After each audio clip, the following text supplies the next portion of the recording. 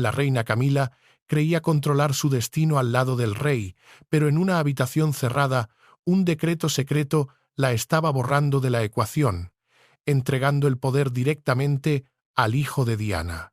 Lo que sucedió a continuación no fue una crisis pública, sino una guerra silenciosa que destrozó el palacio por dentro.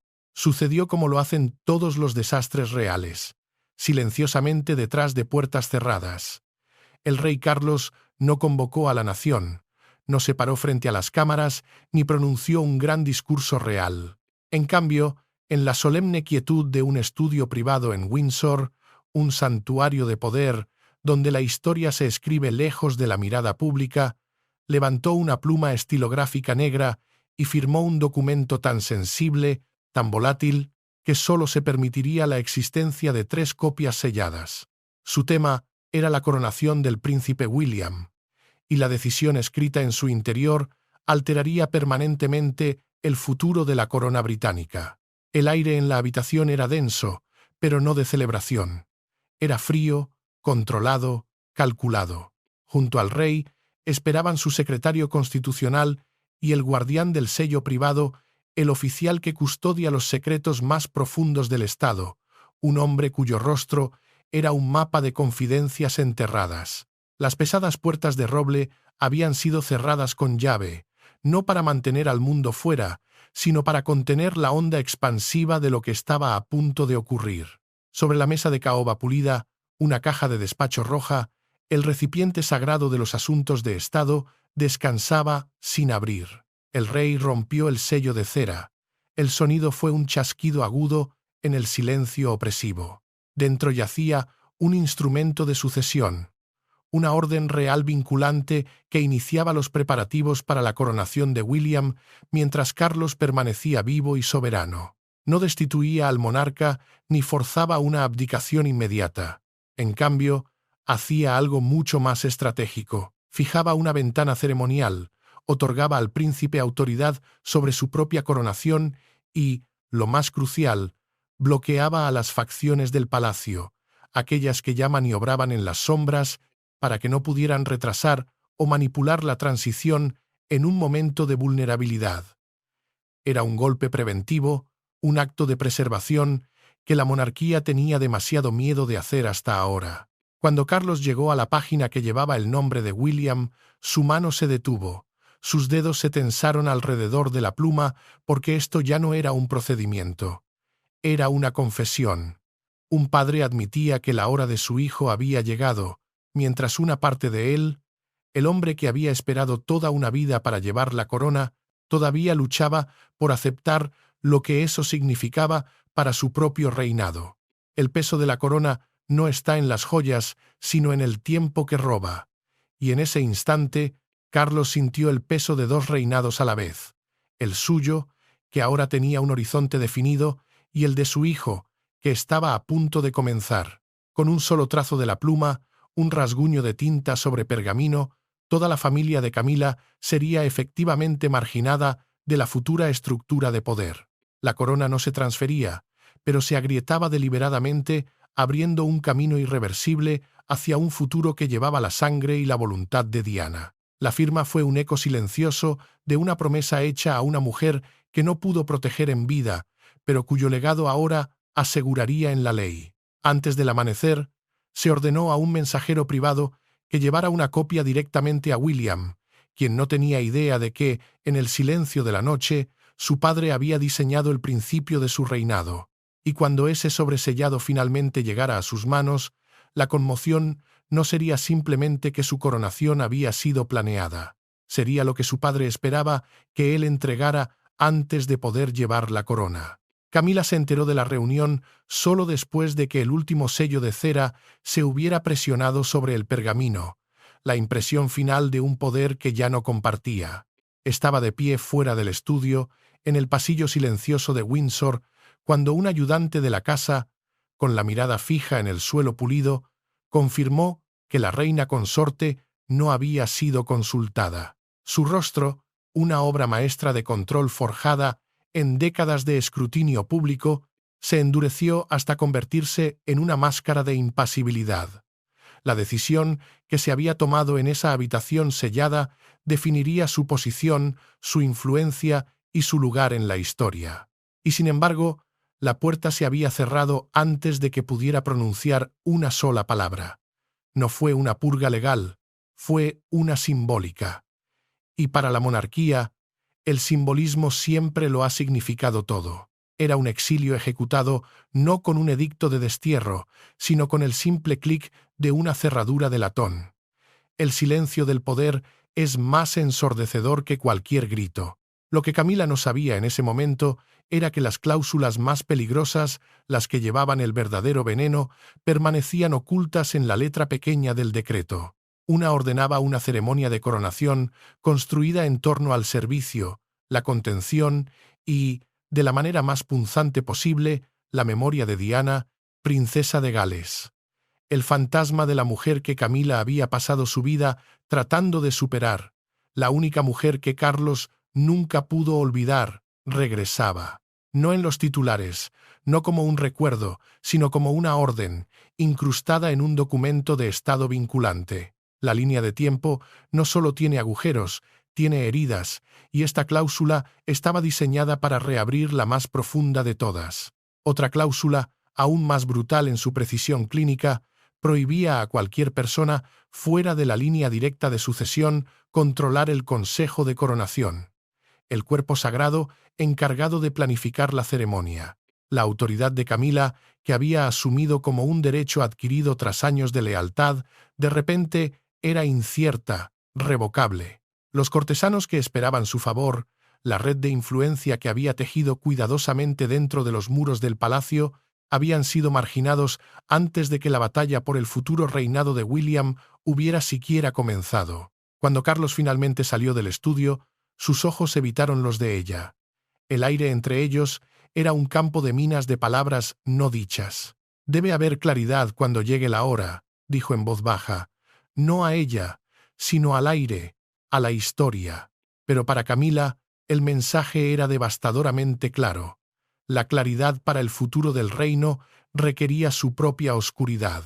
La confianza debe ganarse, y una vez rota, una vez que la sospecha se codifica en un decreto, es casi imposible de restaurar.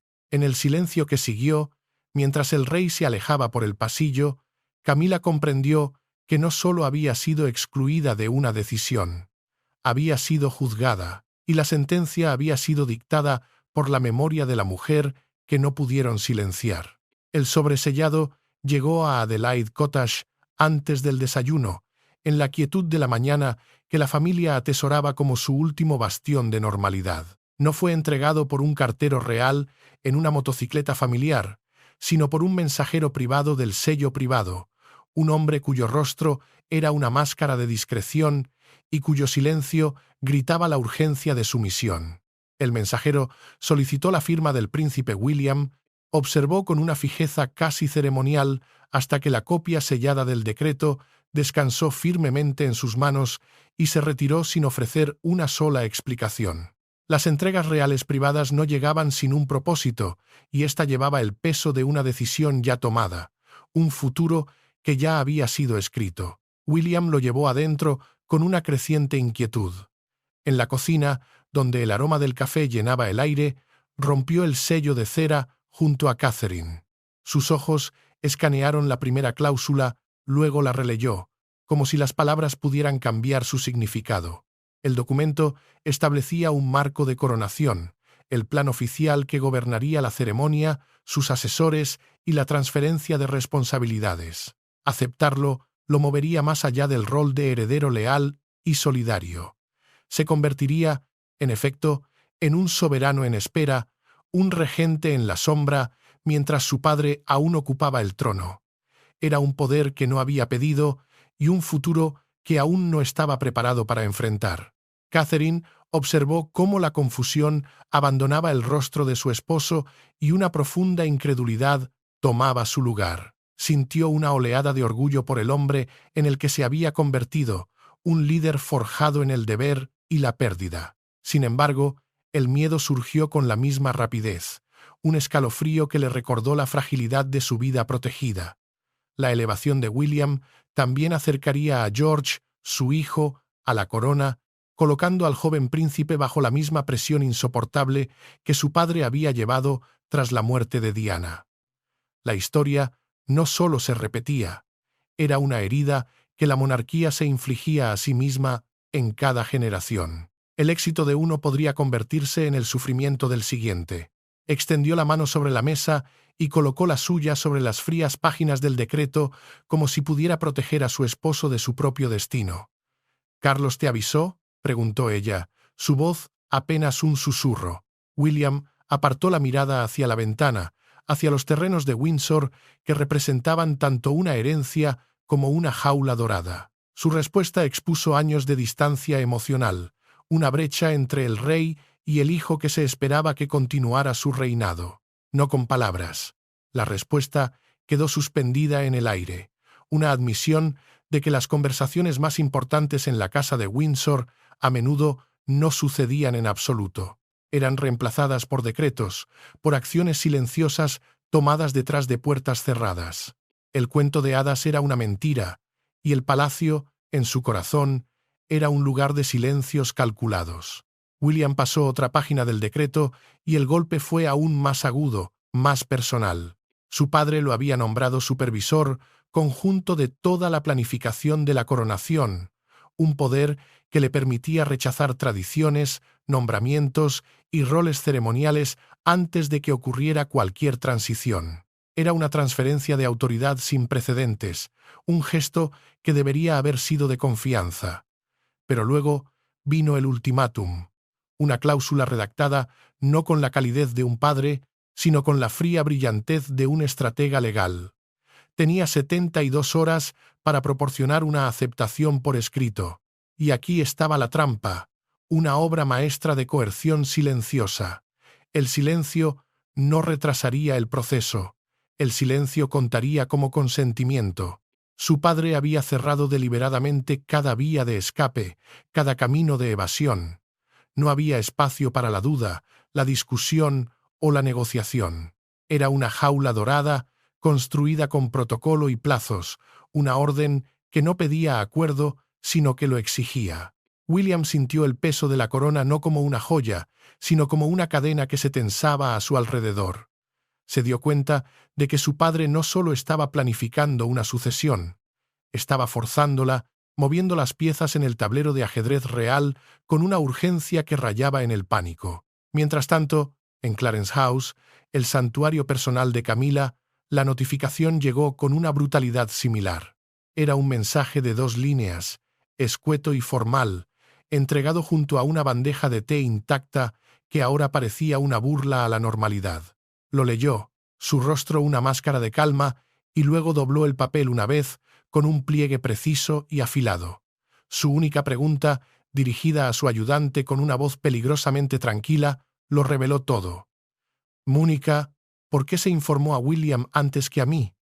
La pregunta no era sobre protocolo, era sobre poder, sobre su lugar en la jerarquía que creía haber asegurado.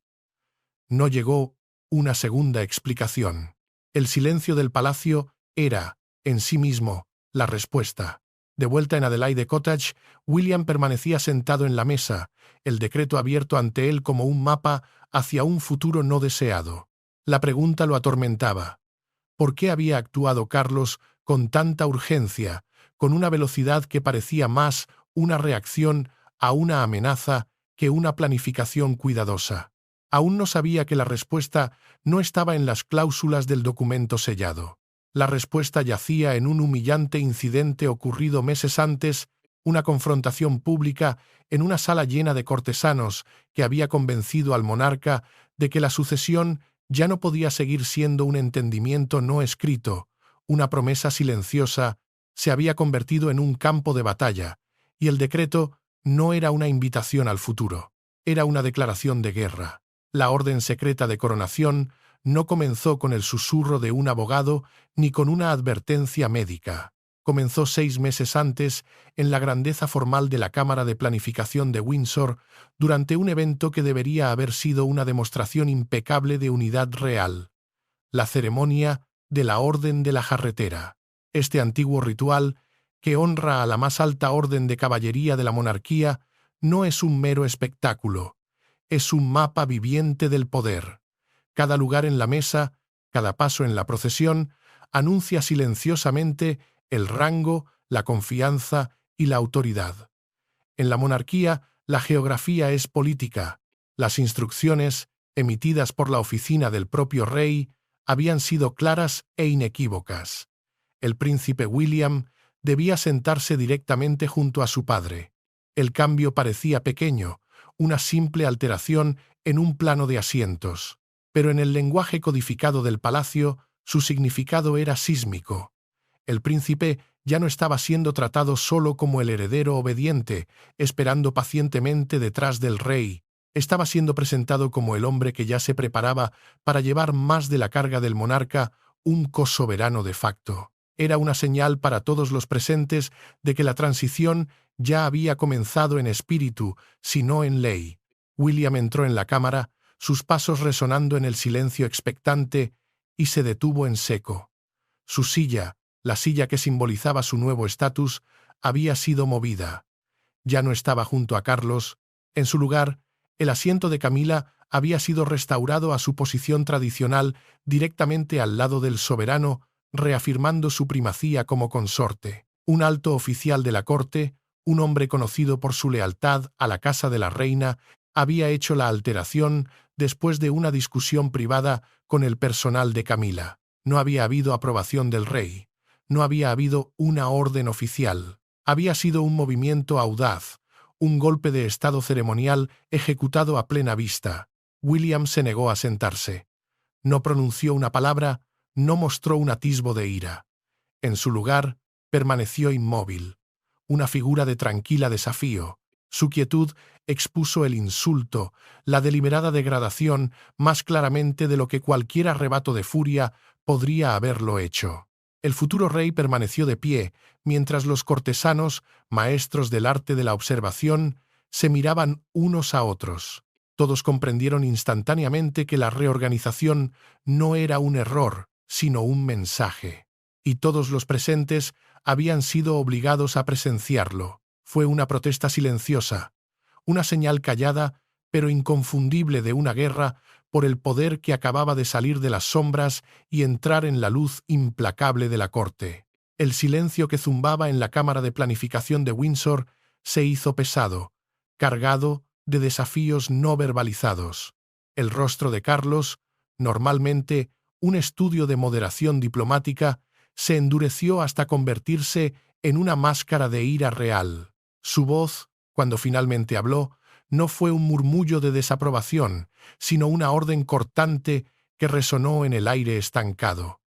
«Quiero saber quién autorizó este cambio». Los ojos de todos se dirigieron a Camila. Ella respondió, su voz suave pero con un filo de acero, que era simplemente una cuestión de equilibrio ceremonial, insistiendo con calma en que su lugar tradicional junto a su esposo protegía la continuidad de la corona. Pero el monarca, un hombre que había pasado toda su vida descifrando los matices del lenguaje de la corte, escuchó un mensaje más profundo y peligroso bajo sus palabras. La creciente autoridad de William, la autoridad del heredero ungido, estaba siendo desafiada públicamente, socavada ante los mismos cortesanos que debían respetarla. En ese momento, Carlos no actuó como un esposo ni como un diplomático. Actuó como un rey. Sin mediar palabra, se adelantó y agarró el respaldo de la silla de madera dorada que había sido desplazada, la silla de su hijo. La arrastró él mismo por el suelo de piedra, y el sonido áspero y chirriante del hierro de la silla contra la losa silenció la cámara por completo. Fue un sonido brutal, primitivo, el sonido del protocolo rompiéndose, el sonido del poder real, reafirmándose sin una sola palabra de condena pública. Colocó la silla junto a la suya con un golpe definitivo que pareció sellar el asunto. Camila observó la escena sin moverse, su compostura una hazaña de autodisciplina, pero sus ojos delataban la fría furia de una derrota pública. William finalmente tomó asiento, no con un aire de triunfo, sino con la contención helada de alguien que sabía que el conflicto solo acababa de comenzar. Esto no había sido una victoria, había sido una escaramuza. Esa misma noche, un informe documentado llegó al escritorio de Carlos, revelando algo mucho más alarmante. Borradores de planes de sucesión, llenos de notas y enmiendas, ya circulaban secretamente entre las casas rivales del palacio. Los documentos proponían roles, títulos y poderes contrapuestos para el futuro reinado de William. Sin un marco firmado y sellado, se dio cuenta con una claridad aterradora. La ascensión de su hijo podría ser retrasada, manipulada o negociada en privado en el momento en que Gran Bretaña más necesitara certeza.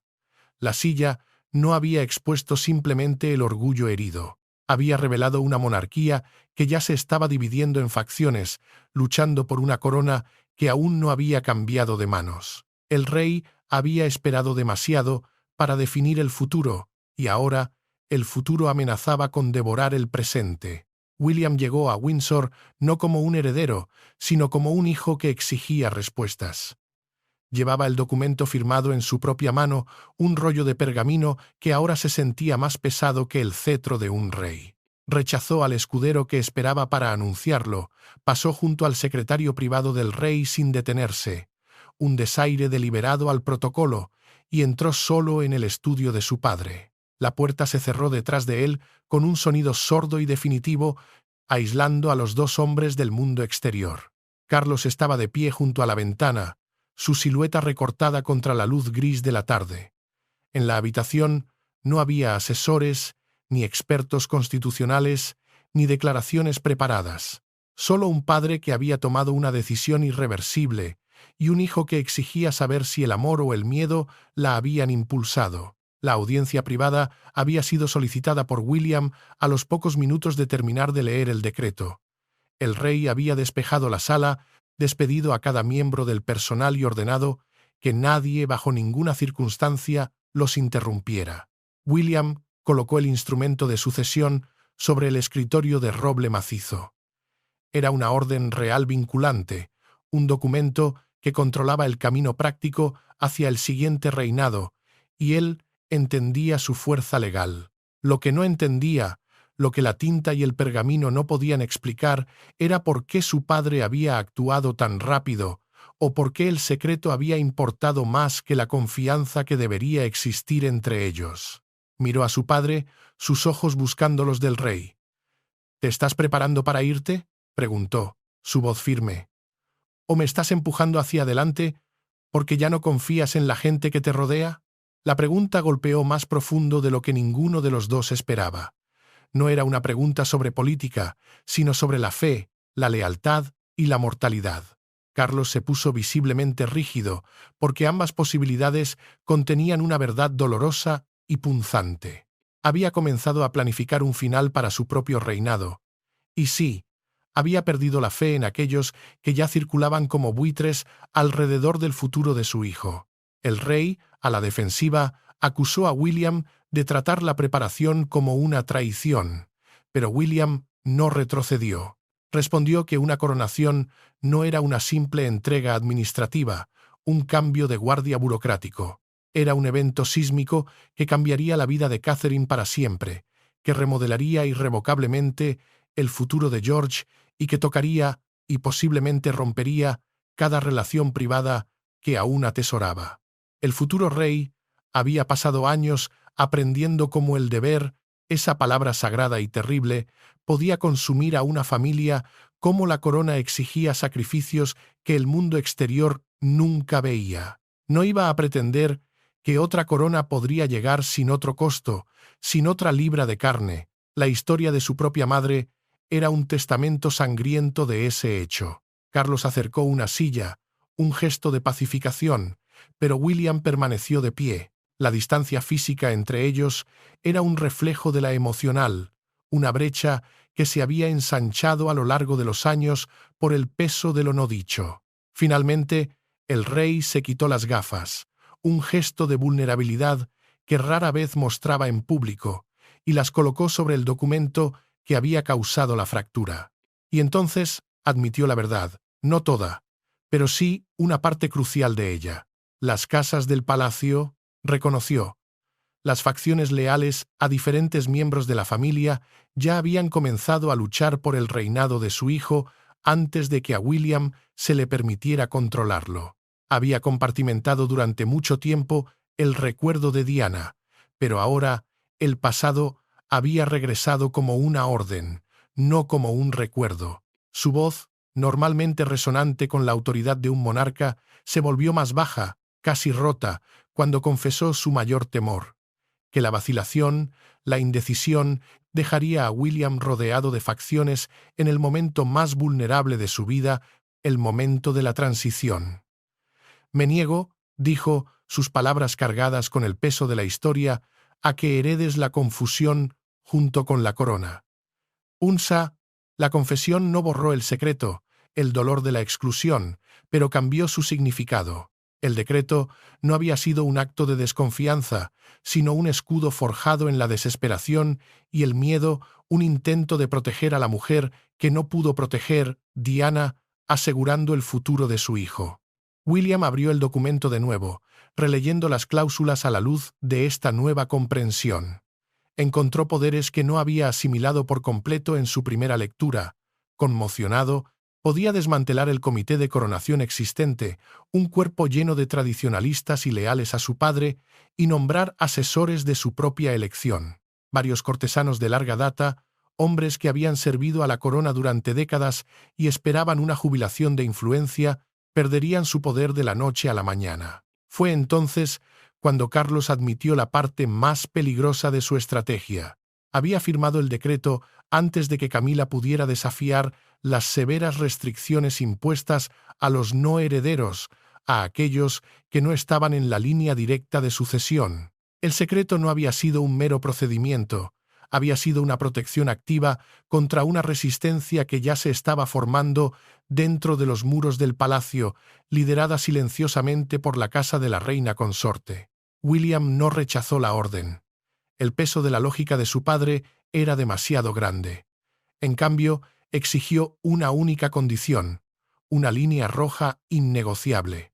Catherine dijo: «Debe ser incluida en cada decisión que afecte a nuestros hijos». Era una demanda que no solo protegía a su familia, sino que también honraba el legado de su madre, una mujer a la que se le había negado esa misma protección. La nación eventualmente vería la firma de Carlos y la reacción conmocionada de William, dos hombres en el centro de una tormenta dinástica. Pero ninguno de los dos había construido este camino solo. En las sombras, lejos de las cámaras y los titulares, una estratega se había movido con una precisión silenciosa y letal. Durante semanas, la princesa Ana había navegado por los corredores laberínticos de Windsor, el Palacio de Buckingham y las antiguas oficinas que guardan la autoridad ceremonial de la corona, lugares donde el poder real no se exhibe, sino que se ejerce. No hizo preguntas públicas ni declaraciones dramáticas. Su trabajo no era para el consumo público. Sin embargo, cada cláusula del decreto que limitaba la interferencia, cada salvaguarda que protegía a William y cada plazo implacable que forzaba la acción, llevaba la inconfundible disciplina de la princesa real. Su hermano, el rey, le había pedido en privado que respondiera una pregunta peligrosa, una pregunta que atormentaba a los monarcas desde hacía siglos. ¿Podrían comenzar los preparativos para una futura coronación sin crear una corte rival alrededor de William? Una corte rival, un segundo centro de poder real, que se forma alrededor de un heredero mientras el monarca reinante todavía gobierna, es una receta para la intriga, la deslealtad y, en última instancia, la fractura. El riesgo era inmenso. Podría dividir las lealtades de la corte y del país antes de que ocurriera cualquier transición formal.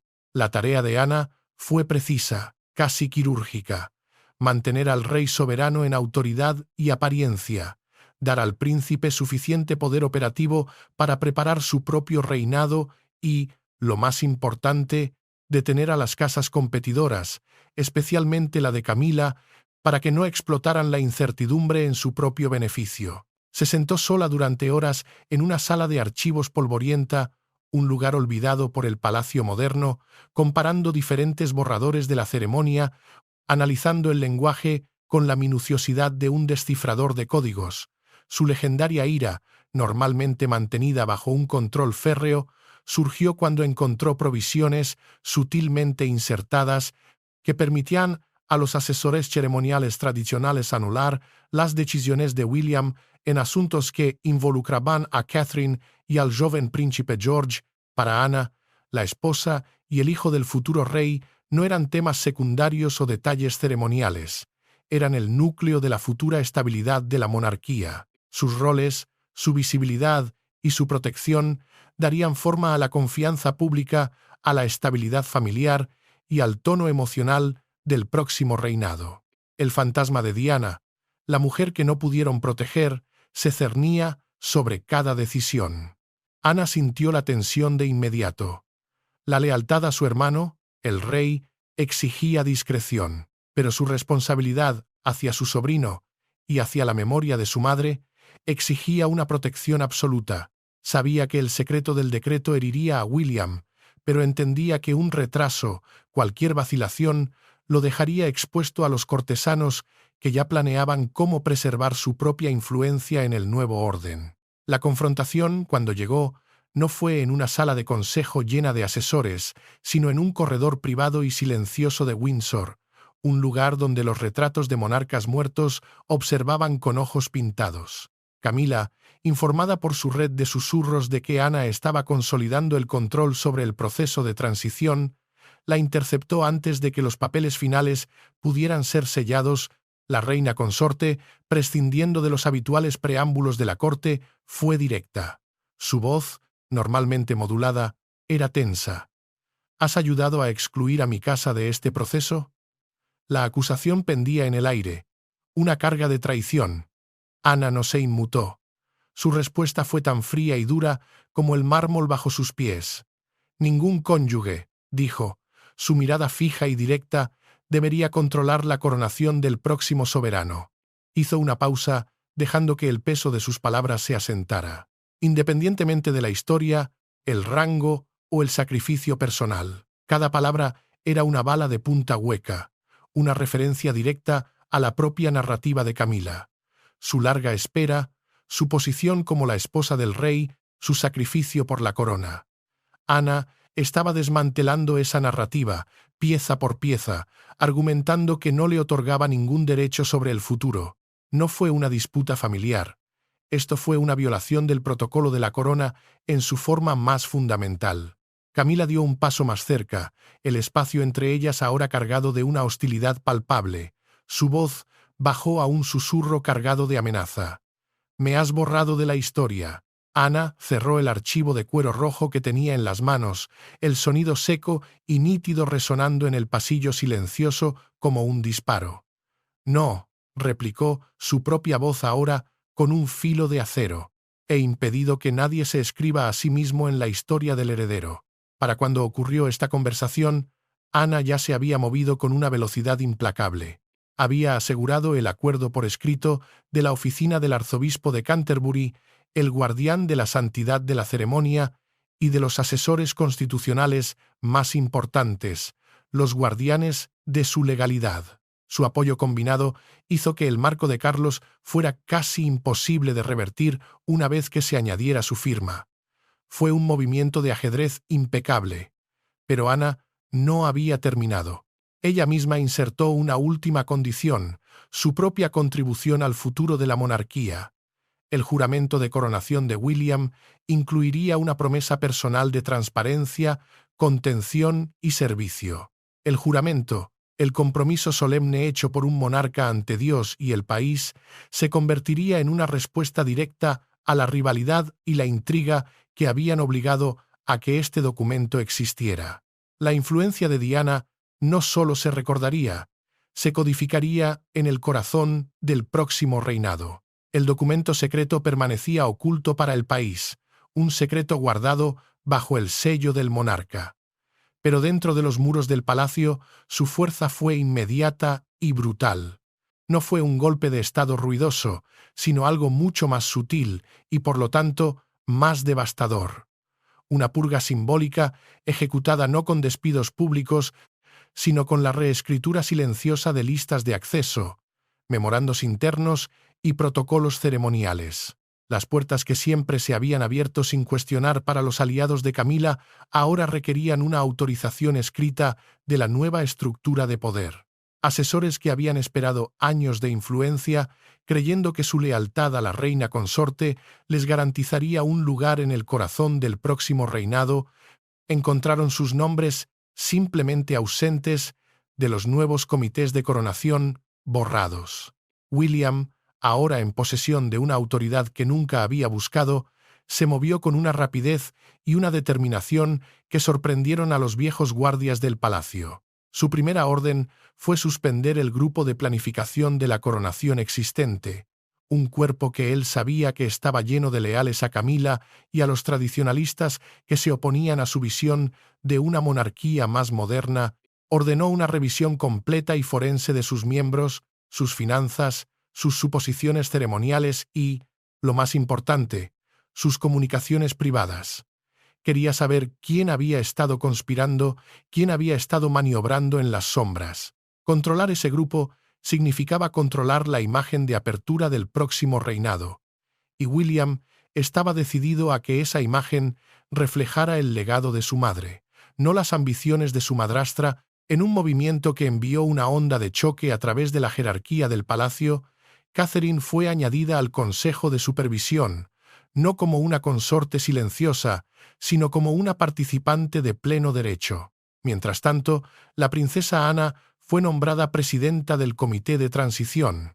Juntos, formaron un nuevo centro de autoridad, un triunvirato de poder inexpugnable construido alrededor de la línea directa de sucesión. El viejo orden, un sistema de favores y lealtades cuidadosamente construido sobre la influencia de Camila y la tradición inmutable de la era de Isabel, se desmoronó en cuestión de horas. Los susurros se extendieron como un virus por los pasillos de Westminster a Windsor. Era una remodelación de la monarquía por proximidad y sangre, no por legitimidad conferida por matrimonio. El poder se estaba realineando no por la fuerza de las armas, sino por la fuerza de la historia, por la sangre de Diana que corría por las venas del futuro rey y por la visibilidad de una nueva generación que no tenía intención de pedir permiso. El palacio no estaba cambiando de manos, estaba siendo purgado. En el salón privado de la reina en Clarence House, un espacio decorado para proyectar una sensación de calma y permanencia, Camila recibió la notificación formal. No fue un susurro de un cortesano, sino un memorando oficial, frío e impersonal. Confirmaba, en un lenguaje burocrático que no dejaba lugar a la interpretación, que el príncipe William, y no la casa del rey Carlos, tendría la autoridad final y absoluta para decidir quién estaría más cerca del trono el día de la coronación. Leyó la nota sola, en un silencio absoluto. Con un movimiento lento y deliberado, se quitó las gafas y permaneció inmóvil, mirando un punto fijo en la pared, mientras una ayudante esperaba, sin atreverse a respirar, por instrucciones que no llegaron. Finalmente, rompió el silencio. Su pregunta no fue un estallido de ira, sino algo mucho más peligroso, un susurro helado. ¿Aprobó el rey esta redacción? La respuesta de la ayudante fue igualmente silenciosa, apenas un movimiento de cabeza. El rey lo firmó él mismo. En ese momento, Camila sintió algo más profundo que la exclusión política. Se sintió juzgada. Años de servicio público calculado, de lealtad inquebrantable, de sacrificio personal por una institución que la había despreciado, habían sido reducidos a una simple premisa: el temor de que pudiera interferir con el futuro de William. No era un rumor, sino una revelación, una verdad brutal escrita en papel oficial. Carlos la visitó más tarde esa noche en un intento torpe de diplomacia conyugal. No pudo prometer restaurar su influencia, no pudo deshacer lo que había firmado. El marco, explicó con una voz cansada, había sido diseñado para proteger a su hijo de las casas competidoras, una necesidad de Estado que trascendía los sentimientos personales. Camila escuchó en silencio, su rostro una máscara de calma, y luego, con un dolor controlado, que era más cortante que cualquier grito, respondió: «Protegiste a William humillando a tu esposa». Con un gesto lento, Deslizó la notificación sobre la mesa de caoba pulida hacia él. El papel se detuvo justo a su alcance. Carlos no lo recogió. El monarca mantuvo sus manos quietas, entrelazadas sobre su regazo, mientras el silencio se ensanchaba entre ellos, convirtiéndose en un abismo. Finalmente, ella tomó el documento y con un simple movimiento de muñeca lo volteó boca abajo, ocultando las palabras ofensivas. Ese pequeño gesto cambió la discusión. Ya no se trataba solo de ceremonia o de política palaciega, se había convertido en una herida profunda e insanable en su matrimonio. La corona había sido protegida, sí, pero no todas las heridas están destinadas a sanar. No hubo sala del trono, ni secretario tomando notas, ni un documento esperando otra firma. A altas horas de la noche, lejos de los pasillos vigilados de Windsor, Carlos y William se encontraron en una pequeña habitación privada en Highgrove, cada uno llegando sin ayudantes, despojados de la parafernalia de sus rangos. Por primera vez desde que se firmó la orden, hablaron no como soberano y heredero, sino como dos hombres moldeados por el deber, la pérdida y años de conversaciones pospuestas hasta que la corona hizo que la honestidad fuera inevitable. William había elegido Highgrove deliberadamente. La casa no pertenecía institucionalmente a la monarquía, pertenecía emocionalmente a su padre. Llevaba los recuerdos privados de Carlos lejos de la presión de los palacios oficiales y la maquinaria que rodea a la corona. Era un terreno neutral, o tan neutral como podía serlo. Ambos hombres estuvieron de acuerdo en que la orden firmada permanecería en vigor. Las ruedas de la historia ya se habían puesto en movimiento, pero el príncipe insistió en que debían entender su verdadero significado antes de que se le pidiera a la nación que lo aceptara. Carlos sirvió el té él mismo, un gesto doméstico que parecía extraño en un rey. Su mano tembló ligeramente y unas gotas se derramaron en el platillo. Miró hacia abajo, soltó una pequeña risa de su propia inestabilidad y el sonido rompió la tensión de manera más efectiva que cualquier disculpa preparada. William admitió que, al principio, había leído el documento como una pérdida de fe, como si su padre ya no confiara en él para saber cuándo estaba listo. Carlos respondió con una honestidad dolorosa. El rey había temido preguntar abiertamente, confesó, porque su hijo podría negarse por lealtad, colocando el amor filial por encima de la preparación y dejando el futuro de la monarquía expuesto una vez más a la intriga. La orden no estaba destinada a reemplazarte, le dijo. Inclinándose hacia adelante, estaba destinada a asegurar que nunca heredaras la incertidumbre que yo mismo llevé al trono. El monarca había expresado su protección a través del único lenguaje en el que había confiado toda su vida, el deber. William finalmente entendió. El secreto lo había herido, pero el propósito detrás de él no era el rechazo. Su padre había tratado de asegurar el camino por delante antes de que el miedo, la rivalidad y el duelo pudieran bloquearlo. Entonces William metió la mano en su abrigo y colocó su aceptación firmada junto a la taza de té de Carlos. «Lo haré», dijo, «pero lo haremos honestamente». Luego reveló su primera decisión como futuro rey. La ceremonia de coronación, declaró, honraría el servicio de Carlos, pero también reconocería abierta y prominentemente la influencia de Diana, princesa de Gales, en el hombre que un día sería coronado. El futuro rey no borraría a ninguno de sus padres para proteger al otro. Era una promesa silenciosa, un voto susurrado en la quietud de la noche. El fantasma de Diana no sería una sombra en su reinado, sino su luz guía. A las 6 de la mañana, mientras una niebla fría todavía se aferraba a las calles de Londres, el Palacio de Buckingham lanzó un comunicado que sacudió los cimientos de la nación, en un lenguaje cuidadosamente calibrado para sonar rutinario, pero con un subtexto explosivo. Se anunció que Su Majestad el Rey Carlos había autorizado los preparativos formales para la futura coronación de Su Alteza Real, el Príncipe de Gales. En cuestión de minutos, las cadenas de televisión abandonaron sus programaciones matutinas. Las imprentas de los periódicos, que ya habían cerrado sus ediciones, se reiniciaron con estruendo. Pequeñas multitudes comenzaron a formarse espontáneamente frente a las verjas del palacio, atraídas por una noticia que nadie había esperado. El secreto ya no era una carga familiar. Se había convertido en un momento de juicio nacional.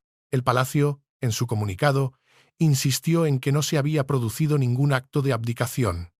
El rey seguía siendo soberano. Al príncipe simplemente se le estaba dando autoridad para dar forma a la ceremonia antes de que llegara el momento. Lo llamaron continuidad planificada, un intento de proyectar orden y control. Sin embargo, su momento, tan abrupto e inesperado, hizo que ese lenguaje fuera difícil de manejar. Gran Bretaña nunca había sido invitada a presenciar cómo un reinado preparaba abiertamente la ceremonia del siguiente, y la especulación se extendió como un incendio forestal. ¿Estaba enfermo el rey? ¿Había una crisis constitucional oculta? ¿Por qué ahora? Una edición matutina especial del Times llegó a la estación de Victoria con una portada impactante. Una foto solemne de Carlos aparecía junto a un titular en negrita: «La corona se prepara para William». Los viajeros se agolpaban alrededor del kiosco leyendo en un silencio atónito mientras los teléfonos comenzaban a sonar y los extraños se repetían en voz baja la misma pregunta. Un locutor nacional lo describió como la primera coronación planeada por un monarca reinante para su propio sucesor. La frase se repitió en la televisión, la radio y la cobertura en línea, convirtiendo un acto privado de preparación dinástica en una frase que todo el país podía entender, un momento histórico que se desarrollaba en tiempo real. En Adelaide Cottage, William vio el informe con Catherine y sus hijos. George, ahora lo suficientemente mayor para entender los símbolos de su destino, notó la fotografía de su padre junto a una imagen de la corona de San Eduardo y preguntó con la inocencia de un niño: ¿Va a cambiar todo ahora? El príncipe, el futuro rey, dudó. Catherine respondió primero, con la calma protectora de una madre, asegurando a su hijo que la familia permanecería unida mientras intercambiaba una mirada cargada de preocupación con su marido. La emoción nacional, el peso de la historia, acababa de entrar en su hogar como una carga privada, una sombra de la que nunca más podrían escapar. Cuando Carlos y William finalmente aparecieron juntos ante las cámaras, no hubo un anuncio de derrota, ni una despedida forzada, ni una lucha por la posesión del trono. La escena fue una coreografía de poder cuidadosamente diseñada para proyectar unidad donde había habido división. El rey habló primero, su voz firme, reconociendo que la monarquía sobrevive solo cuando el deber se prepara antes de que la crisis lo exija.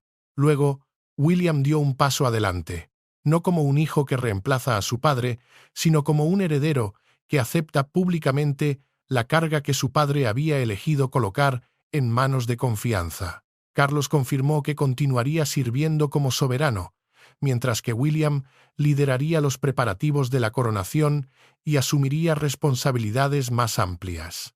El padre no estaba siendo removido, el hijo estaba siendo preparado con una claridad sin precedentes. Explicó que el documento secreto había sido creado para proteger la continuidad constitucional, para asegurar que William heredara una estructura definida en lugar de un palacio que ya luchaba por su futuro. El momento culminante fue un acto de puro teatro simbólico. Ante las cámaras del mundo, Carlos levantó la copia sellada original del decreto y se la entregó a William. El príncipe la aceptó con ambas manos, un gesto de reverencia. Luego se volvió hacia su padre e hizo una profunda reverencia. El gesto no solo honraba al soberano, sino también al hombre cuya dolorosa decisión había hecho posible esta transición ordenada. William le agradeció públicamente por haber elegido la preparación sobre el orgullo, poniendo fin de una vez por todas a la creencia de que el documento había sido diseñado para rechazar a Carlos. El futuro rey hizo que la verdad fuera inconfundible. Su padre no había debilitado la monarquía al planificar el futuro, la había fortalecido. Catherine se situó junto a William, una compañera igualitaria en el nuevo marco, su presencia una promesa de estabilidad. George observaba desde cerca, viendo la sucesión presentada no como una pérdida repentina, sino como una preparación responsable. Camila, en un acto final de autodisciplina, aceptó que no controlaría la coronación de William. Su restricción puso fin a la lucha interna y preservó la dignidad que una resistencia abierta habría destruido. Y la princesa Ana, la arquitecta silenciosa, una vez que la estructura estuvo segura, se retiró de la presidencia de la transición. Nunca había buscado el poder personal, solo había protegido la transferencia de autoridad. La aceptación firmada por William se colocó junto a la firma de Carlos en el archivo real, convirtiendo la orden de un padre en una promesa compartida entre dos generaciones. La firma secreta había conmocionado a la nación, pero su significado final era inconfundible. Carlos no se había rendido a la corona. Había asegurado su futuro, confiándola, con los ojos abiertos, a su hijo. La monarquía ha sido protegida, pero su paz ha sido rota, y en el silencio que sigue, una verdad persiste. La historia no recuerda quién llevaba la corona. Recuerda quién se la ganó. ¿Qué opinas de esta jugada de poder sin precedentes? ¿Es un acto de sabiduría o el principio de una nueva guerra fría en la casa de Windsor? Cuéntanos tu opinión en los comentarios.